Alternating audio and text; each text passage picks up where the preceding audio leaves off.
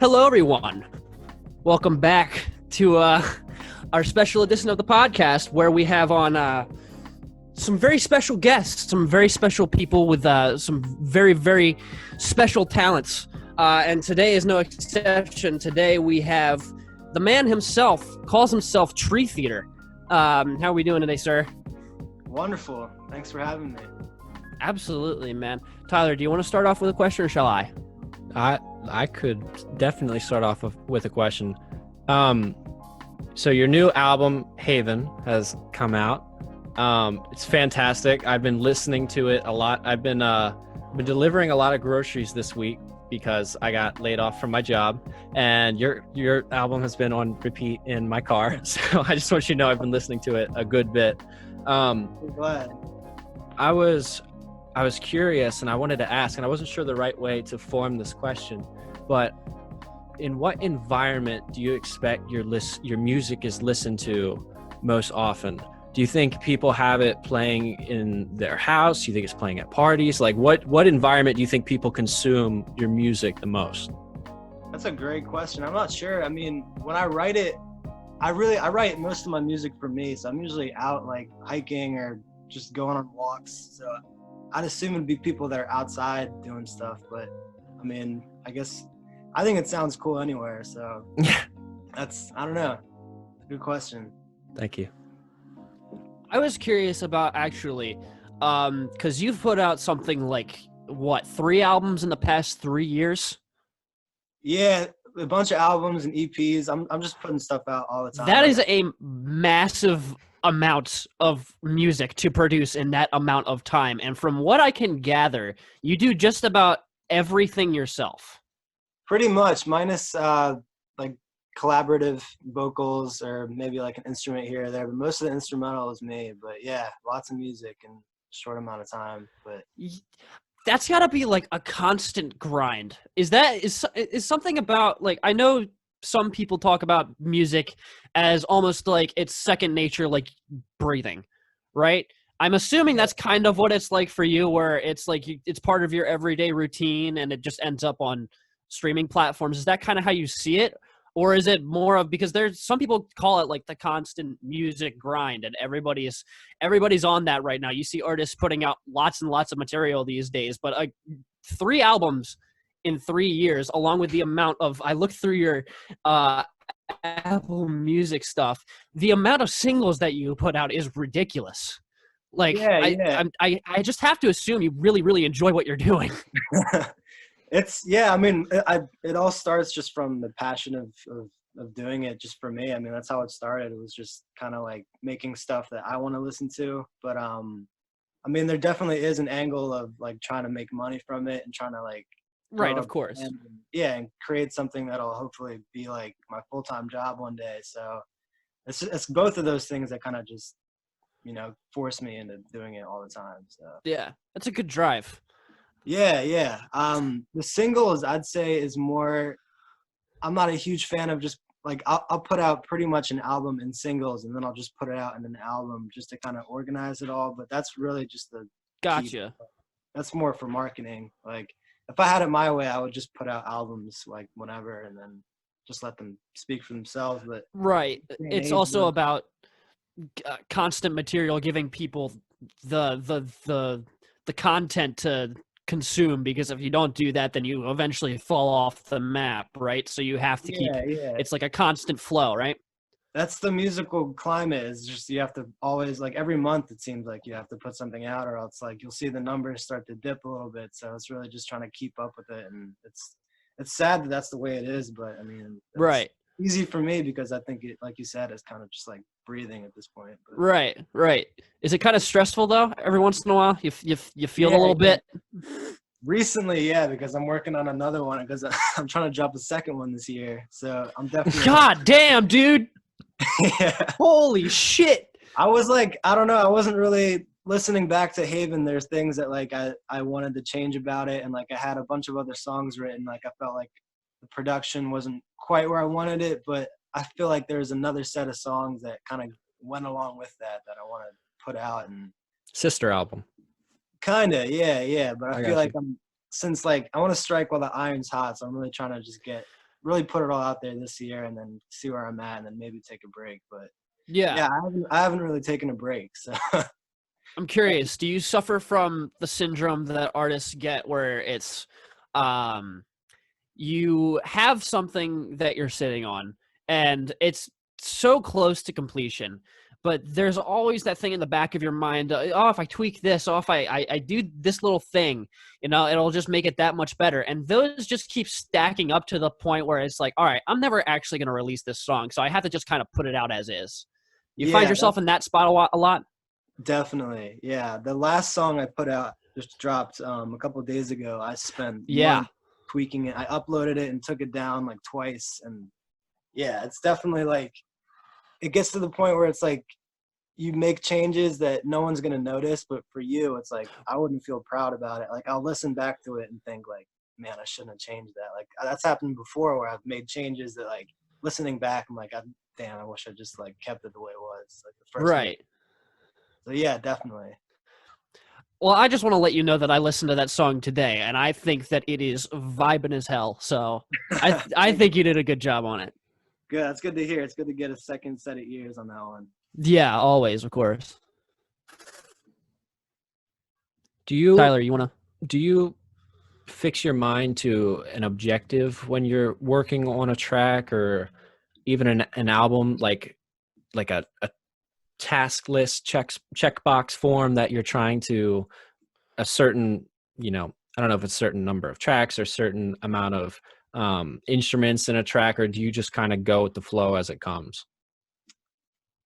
Musically, I'd say that it needs certain elements, like it needs guitar and it needs drums, and then one other element I'd say, but other than that, it's just kind of whatever fits in the song. I mean, with a mix, you can only fit so many sounds until it starts to sound like muddy or just kind of like you're throwing too much onto it. But right, it's a hard balance to strike for instrumental music because you want it to be interesting, but without vocals, you kind of have to like compensate with either right with something else that's gonna like really capture a listener and like make it so it's not just like passive listening music, which I try to steer away from. But what is the first thing you typically record? Usually it's a guitar part. Yeah. Is guitar your primary instrument? It recently, it has been, but I've been a drummer for longer than I've been like a musician. So Gotcha. So drums has been your first instrument, or I guess your primary instrument for like how long? How long have you been doing this? How long have you been playing? Probably 8 years. I started when I was like 16. I don't really have too much musical experience, honestly. I just kind of picked it up and it just kind of exploded in my life. So Gotcha. Is guitar, that good? Sorry, go ahead. I didn't mean to pick you up or cut you off. Guitar was only like 6 years ago, so I'm trying to focus more on that and really get more into that because that's really been like you can just do so much more with like I could make a song with just guitar. You can't really make a song around a drum track. Right. Yeah. I mean, I guess it's easier. I mean, melody and harmony wise, it's easier to start with. I've heard of some people starting with drum tracks, but I feel like that's really, really uncommon for you to have a drum beat first and then a melody. I feel like the beat is something that you craft around your song after you have it, a little bit more set in stone. Mm-hmm. Yeah. I mean, that's something I definitely want to explore a little bit in the future, but I don't know. I think that the way I play guitar, I think is more unique than the way I play drums. I think it's got like a more of a signature sound to it. Like I feel like it's recognizable. I don't think my drums are necessarily like what make the music stick out or memorable. Right. It's a lot of times it's not that though, it's a lot of times it is either like the lead singer or the lead guitarist that kind of you latch onto. It's maybe like once in a blue moon when you get like a Travis Barker or somebody playing for you on a track, that's when people will be like, oh, those drums fucking smack, right? Mm-hmm. But if you're kind of like yourself, a multi-instrumentalist kind of doing it all yourself, which I'm actually curious about that. How many instruments do you play at this point? Because I've scrolled through your Instagram. I have, like, there's piano on some of my tracks, but a little secret, a lot of times I'll just play the piano and I won't even play the right chords. Like I'll mess up and then I'll just go in and like fix it. So like I'll just play something, get the rhythm down, and then I'll just adjust the notes so it sounds like I'm really good at piano, but I'm really not that good. But I mean, that's what most people do anyway, so. Really? I feel like, I mean, like, nobody's perfect when I don't know. I just know when I'm writing music, a lot of times it's like the nerves just uptick. A lot of times, I don't know why that is. Maybe it's not with you, but whenever I sit down to actually record something, it's like I have something very, very set in stone. You know, I like, this is how I'm going to play it. And then the second I hit the record button, it's like, oh, fuck. What was I just, I had this idea. Yeah. It's like playing in front of people. Like your skill level kind of goes down when the pressure's on. Okay, so I'm not the only one. That's good. No, but that's more like editing. But like with piano, like I'll literally just play like nonsense sometimes, and then just like adjust because MIDI files, you can pretty much place them in any chord structure you want. Right. Like with guitar, like you can really just you can quantize and like you can pitch a whole thing up or down. But like with piano, you could literally just slam on the keys and then organize each individual note to make it sound beautiful. So a lot of times that's what I do, but I would like to get to the point where I can play like what I'm actually playing on the music, you know, just like if I ever do play in front of people that I can actually deliver. But right. Yeah. I mean, nonsense is sometimes the best way to come up with ideas, though. Sometimes you're just fiddling and you're just kind of dicking around, and then you find something, you stumble across something, and you're like, oh, maybe this is actually like something, you know? Definitely, yeah. Have you put out?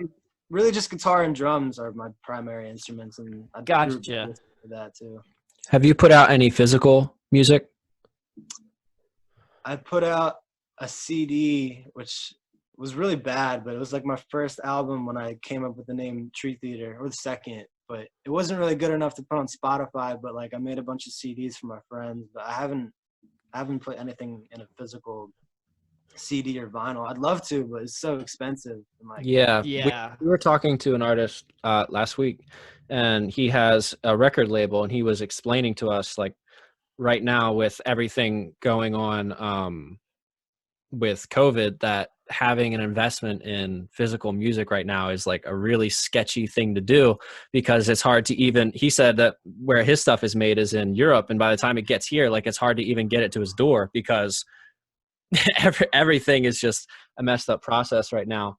And going along with that, I wanted to ask you, because it seems like you're primarily digital, do you think that people's like actual the monetary value like assigned to music, do you think that has deteriorated over time? Do you think that people feel like music is worth less with the rise of digital streaming? Yeah, I mean, I think as far as like a song file, like when people stream a song file, like you used to have to buy a track to listen to it for like $1, but now it's like you probably get paid. I think Spotify now it's like less than half a penny. It's like $0.006. So like you really have to be like huge to make any money off of it. So Right.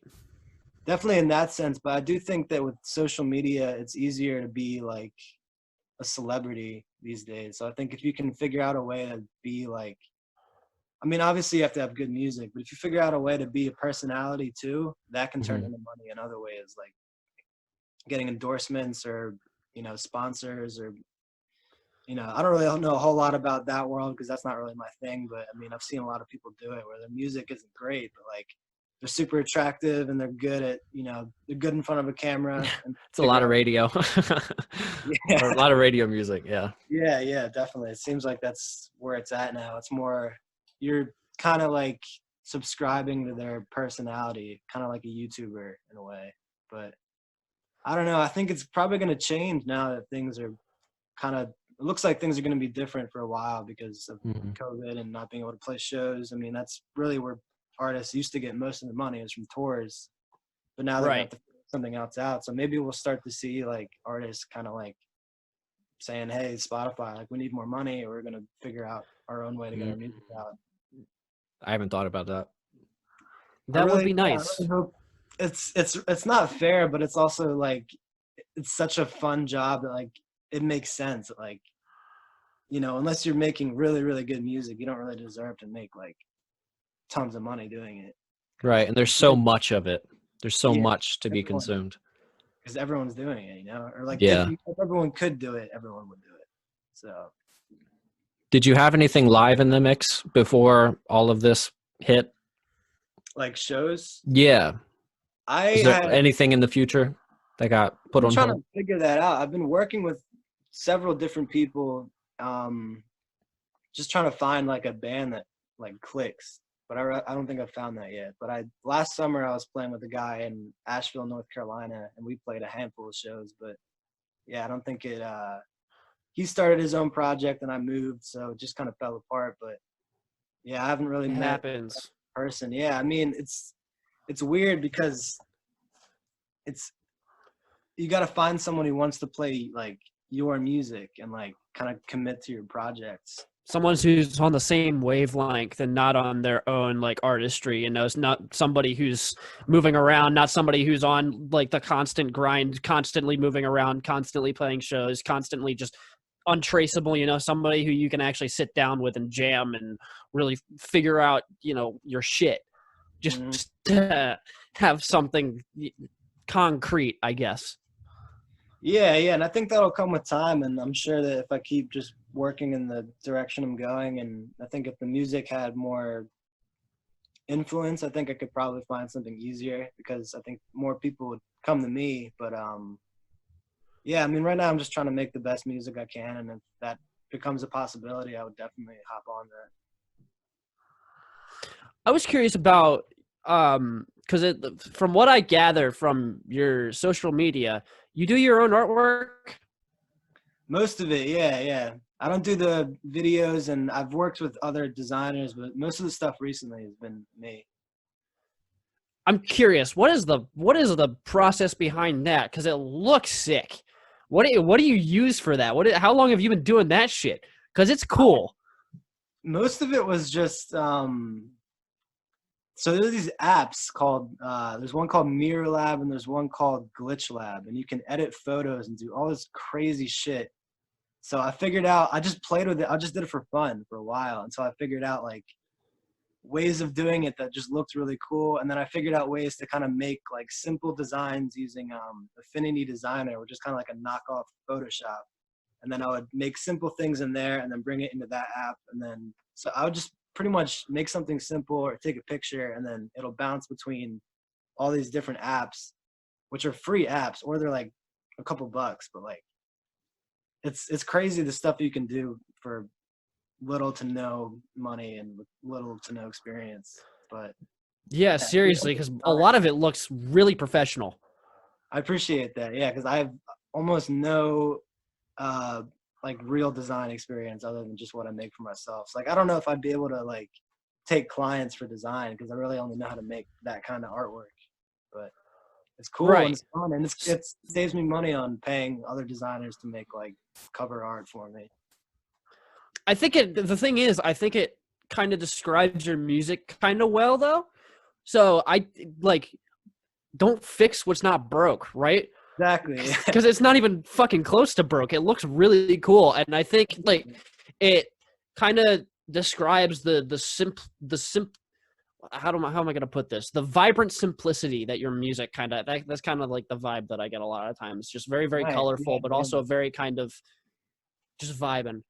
Always That's a good way to vibing. put it. Yeah, I think that's why I kept doing it. It was because it just like I don't think it would work for most music, but I think it was just serendipitous how it just was the perfect. It was just what I needed for what I was making, and I don't know if I'll do that forever, but for now it's like it's free and it's working, so Right. Yeah. I kind of Yeah. lucked out. But yeah, If there was is there one vocalist that you would love to collaborate with, and one instrumentalist you would love to collaborate with? If you could just pick out of thin air the person you want to work with, you had the ability. there's a girl called Rosie Darling, and she's not as famous as she should be, but she has one of the best voices I've ever heard. She sounds like Halsey, but she's got this crazy like I don't know how to describe it, but she's on Instagram. I'll definitely check her out. So she would definitely be the vocalist, I think. And then an instrumentalist. I think FKJ would be pretty sweet to work with, but I think he would be like, yo, dude, you're probably just trying to like sound like me right now. So I think he does that sound best, but he would definitely be cool to work with. Kevin Parker too, I think would be a sweet collab, but oh yeah. if we're getting ambitious, yeah, that'd be sweet. I mean, Kevin Parker's kind of the ideal for everyone. Yeah, at this He's point. just the industry standard at this point. Yeah. He set the bar. I do want to get some like classical instruments on my music at some point. So like maybe some orchestra, or like Yo-Yo Ma, if he's like into, you know, indie soul type lo-fi beats. Fuck yeah, dude. That would be crazy. But that would be crazy. Yeah, I'm always looking for like, if there's something that I can't do, like I used to have a buddy who was like a really good flute player. I used to love collaborating with him. I'll probably want to get him on some more music, but just stuff like that, which like you don't really hear a whole lot of flute in music these days, or cello. Right. What else? There's all kinds of like Asian instruments, like a guzheng, or like there's, I don't know, there's Asian sounding violins. Like, it sounds sick, but like no one uses those kinds of instruments in like modern music. So right. At least not here. Yeah. I'd love to bridge that gap between like more, I don't know what you call it, just more international. Yeah, international. Yeah, I was just gonna say Asian sounding shit, but that sounds right. way that sounds classier. What have you been? Do you listen to music regularly? And if so, what do you have on repeat right now? Well, recently, honestly, I've just been listening to a lot of my own music just because I'm in the writing process. But Still Woozy has been kind of on repeat. I don't know if you know who that is. I don't. Check him out. He's definitely he's on the rise right now, but he makes like really cool, like it's like funk soul, but he's got it's got such personality to it, and his vocals are like really soft and like it's still funky. So he's probably up there. Sick. Thank you. It's interesting the kind of reincarnation that funk is taking, because funk kind of like died off in the 90s with the rise of pop stars like Britney Spears and Alicia Keys and people like that, just finding their way to the mainstream. It was slowly petering out, assimilating into disco in like the 80s. And you've seen I've seen in like the 2010s a bunch of like funk revivalists, like Wolfpack being one of the main ones. I don't know if you know who Wolfpack is. Yeah, them. I'd say Anderson .Paak too also kind of helped bring that back. Yeah, he's the man. Yeah, a handful of artists that have like made it cool again, but it did kind of drop off for a little bit. And then I guess R&B had like a little phase in the early 2000s, but nothing like the stuff that like Andy Paak is putting out now, or Wolfpack, kind of like stuff that sounds like it was just pulled out of the 70s and kind of just polished, almost rebranded for now, you know, the times now, and it's like it works super well. It's very the thing that I like about artists like that is it's very faithful, I guess, to the old style, kind of tipping the hat to all the guys who paved the way for it, but also putting their own spin on it and putting a very interesting flavor on it. It's really interesting to see it. The reason that I brought it up is I can catch whiffs of it in your music, and it's really cool to see and to kind of hear because it seems like when it comes to music, you're pretty well read, because you're pulling from a lot of different areas, and funk being one of those things. It's just interesting seeing the revivalist kind of surge that's been happening. Yeah, it's interesting. I mean, I don't really listen to a whole lot of old music, so I can't really say that like I pull from like, you know, old funk music, but like I'm just kind of following what a lot of the modern artists today are doing. So I mean, that's really my thing. Like I'm all about just innovating and just seeing like what's popping now, like what direction music is going, and trying to like kind of ride that wave and see where it goes. But I'm not very cultured. I don't have too much of a 70s, 80s, or 90s music taste, but it doesn't Gotcha. But there's nothing wrong with that though, because you're doing just fine. I guess so, yeah. I do need to do my homework though and kind of like study up a little bit. It's always good to read up on the artists that kind of, I don't know, pave the way for the artists that you listen to or who inspire you most. Yeah. Are we all right on time, Tyler? Yeah. Do you have another question? Oh yeah. I was wondering what kind of training. It sounds from what you've been saying, it sounds like you're pretty much self-taught. Have you taken any formal lessons, or was the drumming thing something through high school that you did, or I'm curious. I played tuba in middle school, but other than that, That's sick. And I did play cello like in like 5th grade, and I was pretty good, but all the cool kids played like band instruments, so I hopped over and played the tuba because I thought that was cooler. So I am trying to get back into the cello though. But yeah, I don't really have too much musical training. I taught myself drums and guitar, and I still don't know any theory. So again, like yeah, I'm not like it's really embarrassing like playing with other musicians because like they'll reference older music that I don't know and like talk about like chords that I don't know and like just their lingo. It's like I don't know anything about it. So that's why it's easy. I don't know. I feel like that's a part of being like a solo artist. Like I've never had to learn that stuff, like theory, how to communicate with other musicians, because I just play everything by ear and just play what, play to what I play pretty much. Right. Is that something that you'd like to get into in the future, kind of learning more theory? From your music, it sounds like you have a pretty good understanding of where you sit and what you like as in terms of like aesthetic, and what you like in terms of certain like chord progressions and stuff like that. It feels like you've carved out a little niche for yourself. And I'm curious if that's one of the directions that you're interested in taking, especially with, all the fucking free time that we have now, not moving around as much. Is theory something that you'd like to get into? It's funny you said that, because I was just thinking last week, like, damn, I got so much free time. Like, I would really be like ashamed of myself if I didn't learn theory during this whole lockdown thing. Yeah, I definitely need to, because I don't want to. I like making music by myself, but like I don't want to do it forever. Like at some point, I'd like to be in another project, or who knows?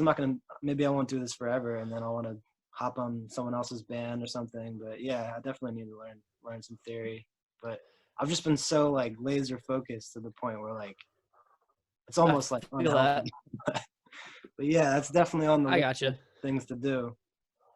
It's cool though that I don't know, you've found your own wave without really having any knowledge or prior knowledge of music theory when it comes to guitar or drums and stuff like that. You kind of just use your ear and you figure out what you like, and then you've just kind of carved out your own little world for yourself. It's kind of like a testament to the people who are like, because I hear it all the time, the whole thing of, I'm not classically trained, I'm not trained in jazz, I don't know shit about music, there's no way I can write it. Just pick up a fucking instrument and try it, and maybe you can find something like you found for yourself, where you kind of just devote yourself to the craft and you define yourself through the craft, and it just ends up becoming life for you. And it's really, really cool and interesting to see how people, even if they have absolutely no idea what the hell they're doing technically, but they can make it sound like they know everything, Mm-hmm. Yeah, I think I wouldn't go back and do it any other way. I might even tell other people that are getting into it, like maybe just like figure it out for yourself and then pick up theory, because I think there is something about not having guardrails when you're writing. Because for me, I've written stuff that I maybe wouldn't have written if I was going at it from the angle of like, all right, here's a key. I got to write within this key. These chords go with this key. Like, it's just all based on feeling. So, it's worked out for me. Obviously there's some genres of music where you need like really extensive music theory, and there's some forms of playing, like you play in an orchestra with a big band, like you got to learn how to read music. But for me, it's just like, that's at the bottom of the list, because right, doing what you feel like. And I feel like that's one of the most important parts of being a musician, is just having fun with whatever the hell you're doing. So if you don't want to learn theory, you don't have to fucking learn theory. You can just become a musician and do your own thing, and you can get off fine doing it. It's cool that you've kind of you almost stand as a testament to that.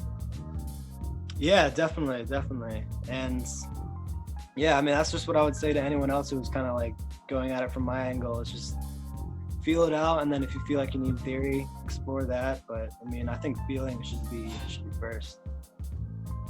Before we wrap up, is there anything that you'd like to plug or say? Yes, follow me on Instagram. I'm Tree Theater, and if you feel like it, go check out my new single Moving Slowly on Spotify and Apple. Awesome. Thank you, sir, for taking the time. Really material for people to stream. Huh? So one more time? Plenty of music for people to stream now. There's plenty of free time. Yeah, definitely. If you stream through my whole discography, I'll maybe make another $4 or $5. So please.